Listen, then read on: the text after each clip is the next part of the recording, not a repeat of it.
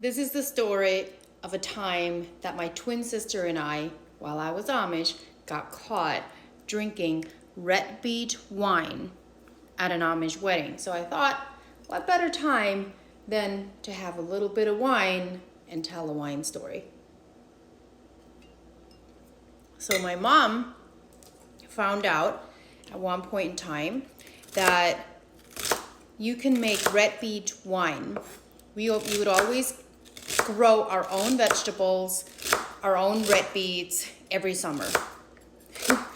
And when you preserve the red beets, there's a lot of red beet juice left over, and there's a lot of nutrients in it.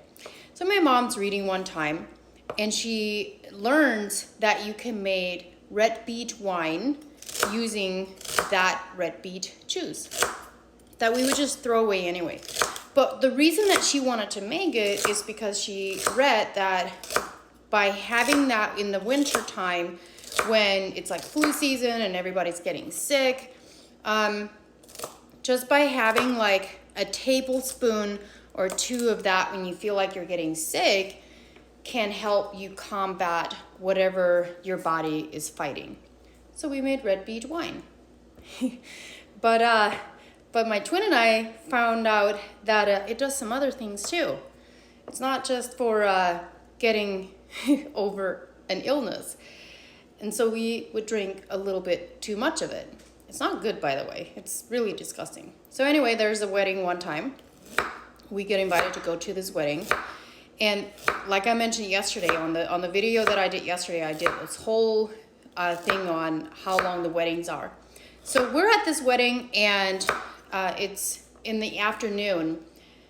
The kids that are gonna stay there that are in the dating age, they typically will leave in the afternoon at some point, go hang out at someone's house, and then go back for dinner time and the evening shenanigans.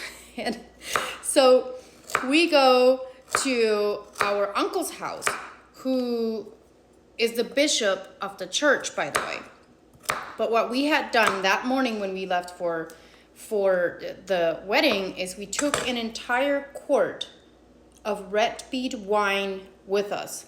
And there's a sort of like a hidden box in the bucket. So the seat actually comes up and off, and underneath the seat there's a box, and you can put stuff in there. So what we did is we put this red beet wine in this box, and we went to the wedding.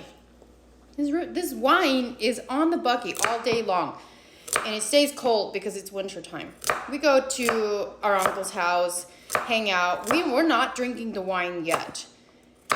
But while we're there, my uncle, he decides to check our bucket and search our bucket to see whether or not we're doing anything or whatever. I don't know why he did it, because we weren't doing anything that we weren't supposed to be doing. He checked the bucket, but he doesn't say anything. He finds the wine, but he doesn't say anything. We go back to the wedding, and on our way back to the wedding, we drink the wine. And we drank a little too much wine.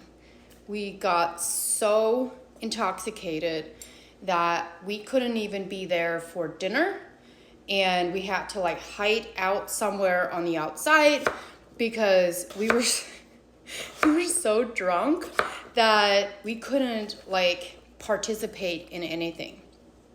I know it was cold outside, but I don't know what we did other than just kind of hiding out on the outside somewhere, completely wasted. And all of a sudden it's midnight, which is when the wedding actually ends, and we had missed out on all the things that we typically get to do as a person that is dating.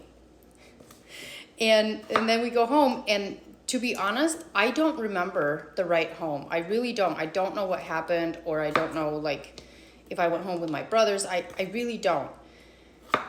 We thought everything was fine. Well, a few days later, clip, clop, here comes the uncle down the road. And as soon as I saw him, I was like, oh no, he knows. I just knew he searched our buggy. And so he comes in and he tells our mom that he found the red bead wine on our buggy, and he knows that we probably drank it at the wedding. So my mom comes over to us and she's like, "Did you guys take red bead wine to the wedding?" And we, at this point, like, we couldn't lie because we knew he found it. So a lot of times what's really, really kind of sad is, like, a lot of Amish kids learn how to lie really well. But that time, we knew that we couldn't lie. So we just told her, we said, yeah, we drank the red bead wine. You know what she said? She's like, okay, we're never, ever making red bead wine again. And whatever is left over, which was in the basement where we were keeping it, she's like, you guys have to go down there and you have to pour everything down the drain, and there will never be red bead wine again. So that's what we did. We had to go dump all the red bead wine down the drain. And I'm just gonna tell you right now, don't try red bead wine because it's not delicious at all. But it was what we had, and it was what we enjoyed at the time because we didn't know any better. It's not like we had regular wine or anything like that, but we had red bead wine. Cheers to getting drunk with my twin sister at an Amish wedding, but then getting caught.